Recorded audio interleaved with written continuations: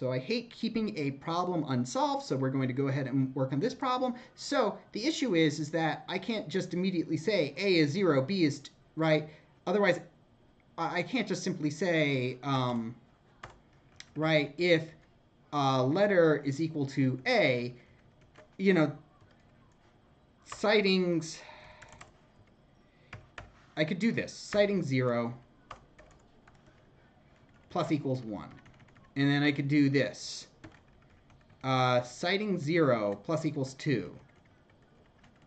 Or plus, sorry, sightings 1 plus equal 1. And then I could do this. Sightings 2 plus equals 1. And so on and so forth. But I still have to do 26 different if statements, which doesn't really make it too much better, right? Although I have reduced, I don't have 26 variables. So you can see, like, this solution isn't that different. So why am I bother doing this in this separate video? Because there is a way to make this shorter. There is a way to make this shorter. I'm very excited tonight, obviously, because again, I've mentioned that this is my favorite data structure. I feel like I'm all, all Palpatine, shouting unlimited power when I've got these, when I'm using this dictionaries. They are really that powerful. So let's go ahead, but I'm not using dictionaries yet. I'm just using lists. So what we're going to do is that we're going to take advantage of the fact that, of a feature that I have not explained yet. So I'm going to boot up idle, just so that we have a console, just so I can show you something, right? Every character in the programming, every character in the English language, and in fact any language, at the end of the day is just represented by a bunch of zeros and ones on your computer, right? Everything is zeros and ones. So, and if it's zeros and ones, that means it's a number. So we see this with something called Ascii. So I'm going to go ahead and just pull up the Ascii table for you. And this is, actually I'm going to pull up the Wikipedia article. Please peruse it if you want to, or, right, so American Standard Code for Information Interchange. Basically it said, hey, here's 7 bits. You can use a combination of 7 ones and zeros to be able to print out any of the really important characters in the English language, including some stuff that's useful for just communicating, like saying this is the start of text, or we've just entered the transmission. So stuff that we really don't care about too much anymore. But then also all these characters, right, are also there. And we can see that, like, that the computer will interpret A as 100011, or it's going to give, or capital A is 65, and lowercase a is 97. It has since been replaced by a standard called Unicode, which uses and UTF-8. If you want to know more about Unicode, you can click over here. Right, I'd watch this video on Computer File. Because this is utterly brilliant. This is Tom Scott's video on UTF-8 and Unicode, and this talks all about how it's encoded, how text is encoded, which is great. And I'm not going to do it here because he's got a better budget than me for this video, so, or at least a better production crew. So I'm just a one-man person here. Anyway, so point being though is that for any character, right? So let's say for the letter A, I can figure out, Python provides a function to tell me what number it is, or what the proper number is. This is called the Ord function. So A corresponds with 97, right? Just like we saw in the chart. And that if I say capital A, it's going to give me 65. So, or sorry, not 65. Whoop, did that in reverse. I gave the answer, and it doesn't like that, right? And in fact, this works for pretty much any non-English character. So if you're if you're not speaking English, you can just go ahead and type anything you want and ask it. And well, maybe not in idle, because idle doesn't seem to be liking Unicode for some reason. But Python supports basically all sorts of languages by default. So I'm going to go back to VS Code, because the idea here is that, okay, if I know that A, the letter A, is 97, then I can say that the index target, then I can do this. Target index is equal to 97 is equal to letter. Now we know it's a lowercase letter. So ord of letter. So give me what the numerical code for that letter, the number for that letter.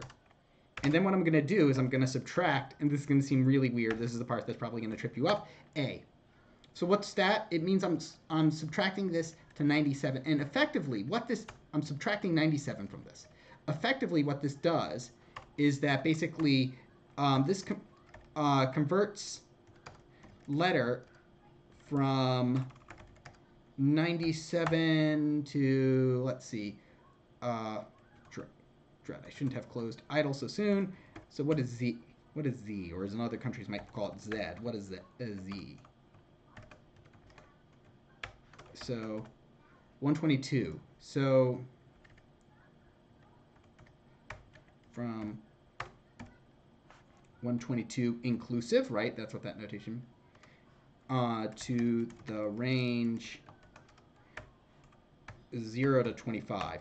You can see that that what I'm doing is I'm subtracting 97 from both of these, so that I'm dealing with indices instead of like trying to deal with 97 and 122. So I'm now dealing with 0 to 25 inclusive, and I'm just going to star this to make sure you understand that, right? So now, all I have to, now here's the real brilliant part, okay? Now all I have to say is, so now we've got this. So we've taken the letter, we've done our subtraction, okay? And what I'm going to do is now I'm going to do an if statement right here and say if letter, or rather if target index is, oh, and I love that I can do this in Python. I can't do this in other languages like Java. It's amazing. Is in this range. If 0 is less than or equal to target index, less than or equal to 25, this is effectively me. So you can do that. That makes sense mathematically. It's also the same as saying this, but it's so much shorter. Python's awesome like that. Okay, so target is less. So long as it's between the appropriate range, right? Sightings is equal to target index. Or rather, sightings target index plus equals 1. So that means basically we find the honestly, though, doing this earlier, returning max num A, num B, num C, that would have returned what occurred the most, which wasn't what we needed, actually. So now, actually, we can do what we wanted to do in the first place. So now we can say, hey, give me, so what this does is basically saying, okay, if I see an A, increase index 0. If I see a Z, increase 25. If I see any of the other ones, any of the numbers in between that, such as 24, increase the index 24, which is Y. So now, so anytime I see a Y, I increase index 24 by 1. Excellent. So now that I know that, I can say, okay, what's the biggest thing in there? Max of the sightings. What's the biggest? What is the largest number of sightings we saw? Which doesn't give us the number. It gives us basically the number of times we saw the most common number. Hi, Laser. Give me a second. All right, no problem. Child is now distracted.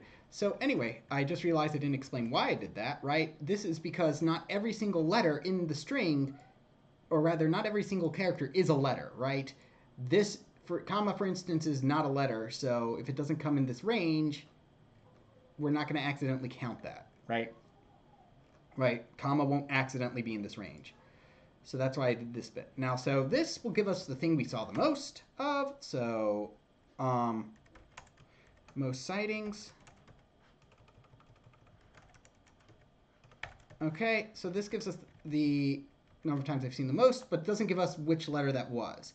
So which letter was that, right? I want to know most common letter is equal to, would be sightings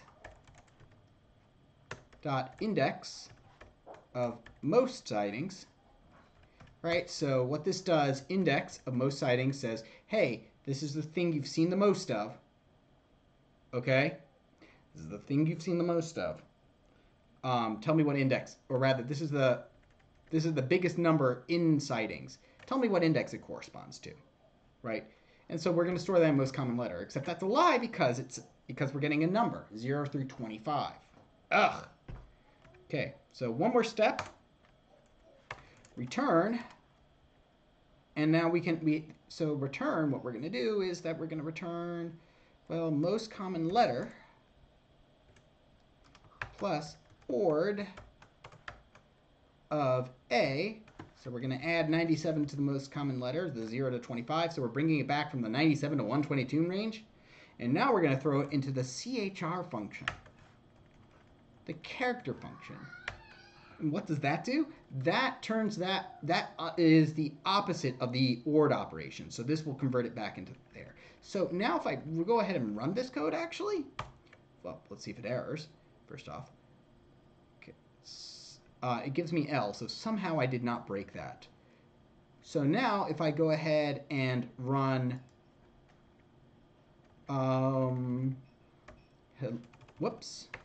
hello world.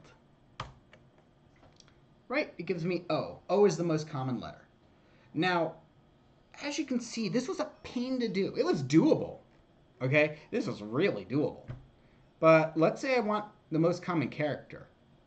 Or say that, as we're going to test later, I'm asked for the most common character in, say, this document.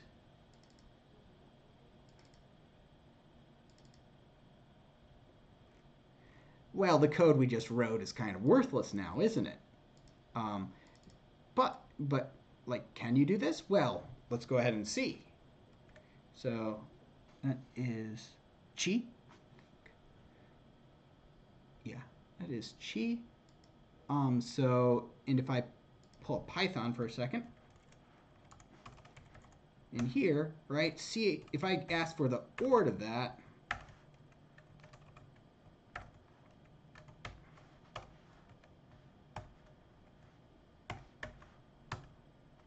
it does give me the Unicode value, which is 12,385. So subtracting 97 doesn't really make sense there.